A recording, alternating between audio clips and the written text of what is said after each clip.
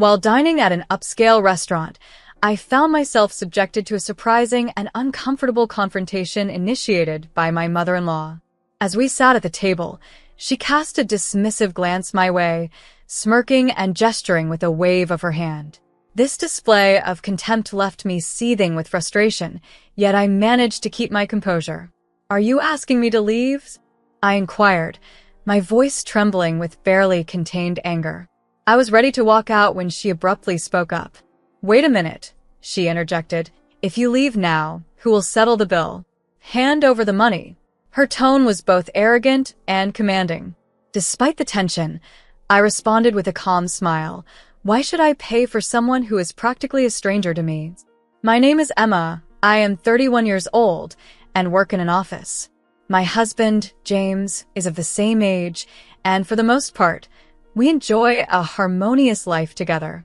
However, the constant strain in our relationship comes from his mother's intrusive and domineering behavior.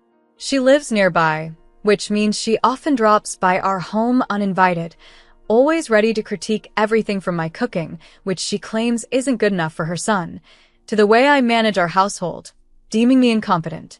Although she's aware that I work full-time, she doesn't hesitate to criticize me for not keeping an immaculate home, especially in the evenings when she visits. What's more frustrating is that she portrays a different image in front of James, making it difficult for him to see the truth of her demeanor toward me. He remains oblivious to her harshness, believing that her behavior is acceptable since he hasn't witnessed her cruelty firsthand. The situation has escalated to a point where she now possesses a key to our house, courtesy of James, further blurring the boundaries that I desperately wish to maintain. This ongoing ordeal challenges me to find a way to communicate the reality of her behavior to James and establish some much-needed boundaries with his mother. My mother-in-law regularly uses the key my husband gave her to barge into our home whenever she pleases, often complaining about my cooking and cleaning. Moreover, she doesn't hesitate to speak ill of me to our neighbors. It seems like it's just one issue after another with her. I have repeatedly expressed to my husband my desire for us to relocate further away from my in-laws. However, he's been preoccupied with a significant project at work and hasn't taken my concerns seriously. Then, a fortunate turn of events occurred. My husband received a promotion due to the success of his project, which also meant an increase in our income. With this new financial stability, he started considering the possibility of us starting a family. I agreed, but I was adamant that if we were to raise children, it needed to be in a more child-friendly environment. The current area lacked adequate play spaces for kids and was short on daycare facilities. Finally, after much discussion, my husband concurred that moving was the best decision. This decision brought me more joy than even his promotion. However, my happiness was short-lived. The very next day, my mother-in-law arrived unannounced as usual, which initially irritated me as I anticipated another round of criticism. But this visit was different. She was excited and wanted to celebrate her son's promotion by inviting him to a lavish restaurant known for its exquisite cuisine and excellent service. She mentioned, "That sounds nice. Good for you," I responded, trying to maintain politeness. "You're still not very friendly," she remarked. "Anyway, I want you to come with us. Please come." "I'll see if I can, but it might not work out," I replied, trying to keep my options open without committing. "Don't say that. We want you to come," she insisted, ignoring my hesitance. Despite previously excluding me from family outings, she now seemed eager to have me join. Her insistence was a change from her usual behavior, leaving me puzzled yet cautiously optimistic about what this could mean for our relationship. Now, surprisingly, she's extending an invitation to me and insisting she'll wait. Something definitely feels off. When I later discussed it with my husband, he mentioned that he had already agreed to accompany her, and she had taken the initiative to book the restaurant for us. "You're excited about this, right, Emma?" he inquired with a hopeful tone. I had to be honest. "Sorry, but I'm not looking forward to it. I'm concerned about the costs at such an upscale place. I'd rather you just tell them I'm busy and enjoy the evening without me," I responded. "Why are you being so negative? Plus, it's not just us. My brothers and their wives will be there too.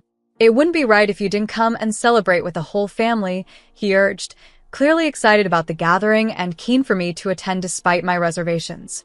It seemed like he wasn't hearing my concerns anymore, and if he was taking his mom's word over mine, I had a backup plan. I had purchased an online voice recorder to discreetly capture any mean remarks she might make at the celebration. I figured if she behaved poorly, I could play it back for my husband. If he still sided with her after that, it might be time to reconsider our marriage. Although this decision brought me a slight sense of relief, the prospect of meeting my mother-in-law at the restaurant was daunting, and I couldn't help but sigh repeatedly. I wasn't very familiar with my husband's brothers. I had only met them briefly during our wedding, and I barely knew their wives beyond exchanging polite hellos. When we arrived at the restaurant, the waiter escorted us to a large room where my mother-in-law, one of my husband's brothers, his wife, and another brother with his wife were already seated. The table was laid out with fancy dishes, setting the stage for what was supposed to be a celebratory dinner. At the upscale restaurant, confusion arose when my husband noticed there was only one seat left unoccupied. He looked puzzled, wondering if there had been a mistake with the seating. "Did the waiter mess up? I'll go check," he said, leaving the room. As soon as he exited, everyone at the table began to eat. That's when my mother-in-law stood, glaring at me with a harsh expression. "There's no seat for you. Why would I invite someone who just married into our family to our celebration? So, here's your choice. Do you want to be part of our family or leave and never come back? What's it going to be?" Without hesitation, I firmly replied, "No, I'm leaving." My mother-in-law seemed taken aback for a moment, as if she had expected me to plead for her acceptance. Instead, she threw out another challenge. "Listen, if you pay for everyone's meal here, I'll accept you as part of James's family. You must be upset about being treated like a stranger, so pay up and become family." I had already made my decision. "I told you I'm leaving. Why should I pay for someone else's family's meal?" I responded as I stood to leave. My mother-in-law angrily slammed the table and yelled, "Don't you understand? I'm trying to make you part of the family. Are you okay with being the stranger? Pay up." "No, I'm fine being a stranger.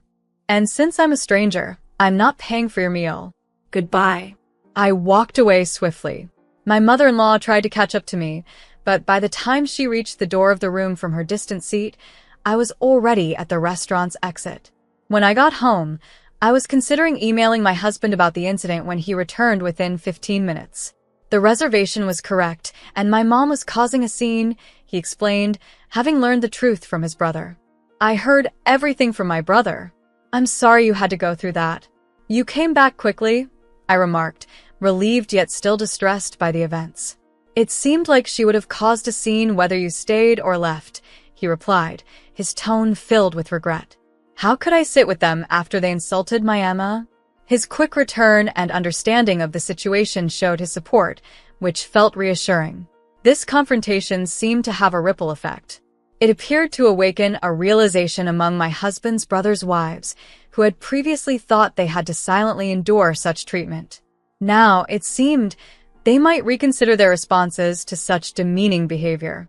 Witnessing my stand against my mother-in-law's demeaning attitude, the other wives were inspired to assert themselves as well. Soon after, they too left the restaurant, followed promptly by their husbands. Predictably, my mother-in-law didn't take this well. Within hours, my phone began to ring incessantly with her calls. Despite my attempts to ignore them, the constant ringing forced me to block her number. However, the quiet was short-lived. I received a call from an unknown number, and the voice on the other end introduced himself as a police officer from a nearby station. "Hi, sorry for calling so late. Is this Emma's phone?" the officer asked.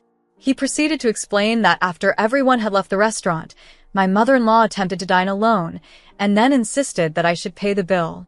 When the restaurant staff refused to accommodate her request to defer payment until later, assuming I wouldn't return after leaving in anger, she found herself in a bind. The restaurant had suggested she pay with a card, but she had neither a credit card nor sufficient cash to cover the cost of everyone's meals. She tried reaching out to other family members for assistance, but no one responded. Her frustration escalated quickly.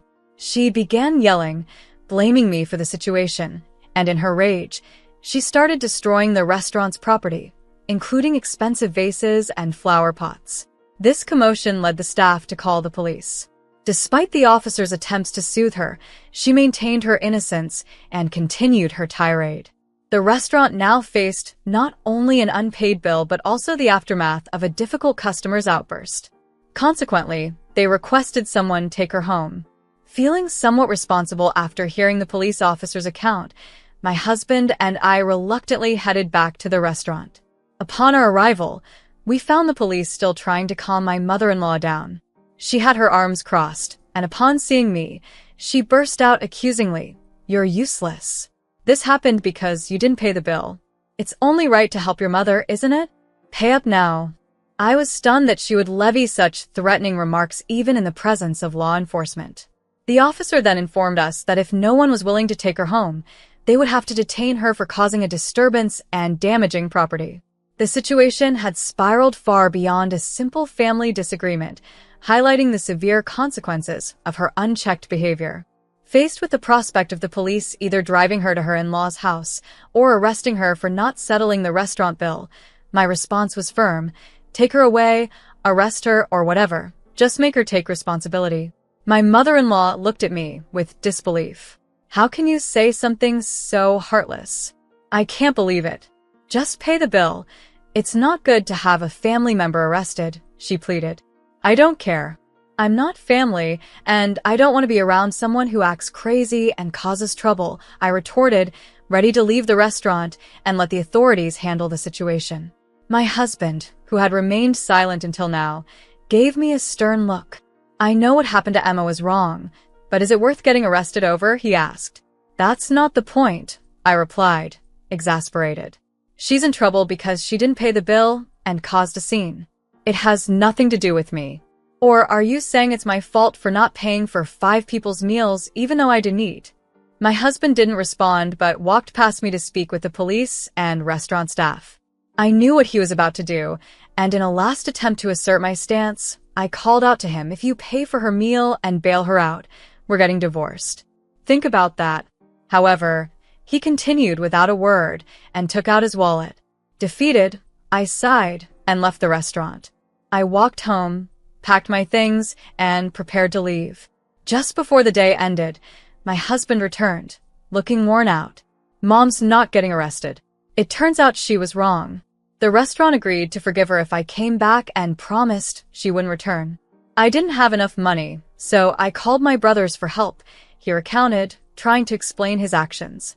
I remained unmoved as he continued to explain, not reacting much to his words. He approached me, noticing the bags. "What's with the bags?" he asked, bewildered. "I'm getting ready to leave because we're getting divorced. I told you if you took her side, we'd get divorced." "You can't pretend you didn't hear me," I said firmly as he watched me pack in surprise. Then he started to raise his voice. "What's going on today?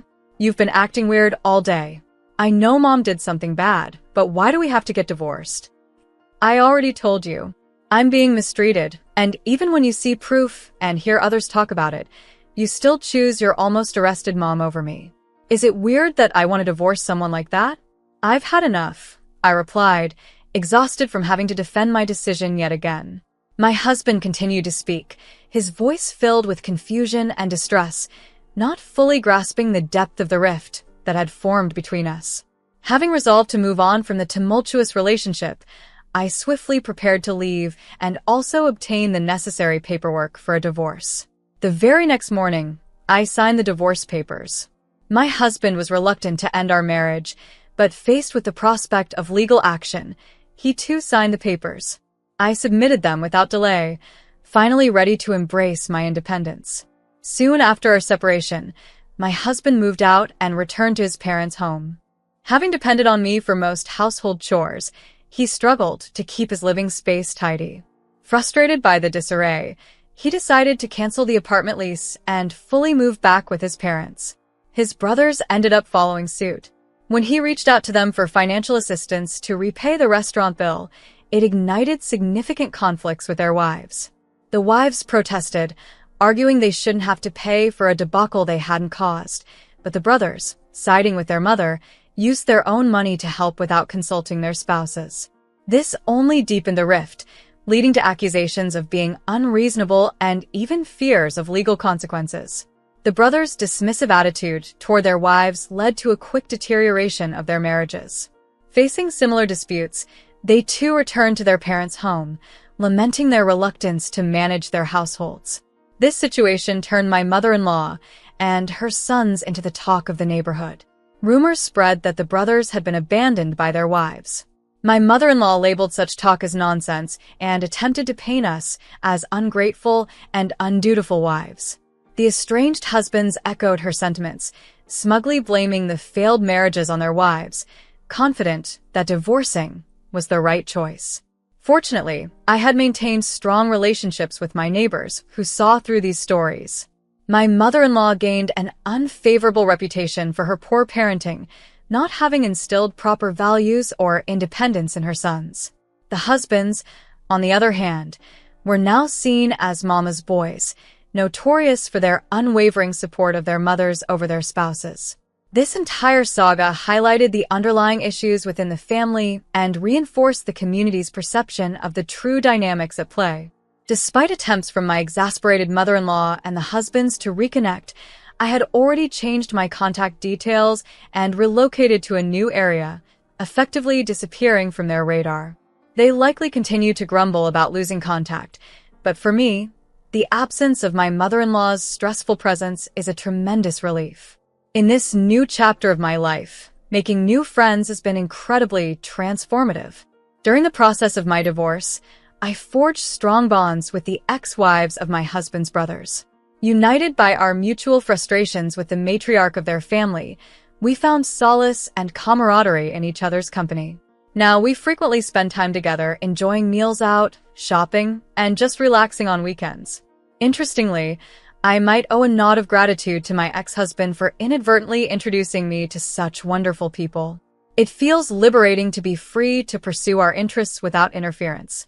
The simplicity of this newfound freedom is refreshing, being able to live our lives on our terms, far removed from the negative influence of people like my former mother-in-law. I'm immensely thankful for these friendships. If not for the supportive group, I might still be navigating solitude. They've brought joy and companionship into my life, and I'm hopeful that our bonds will last a lifetime.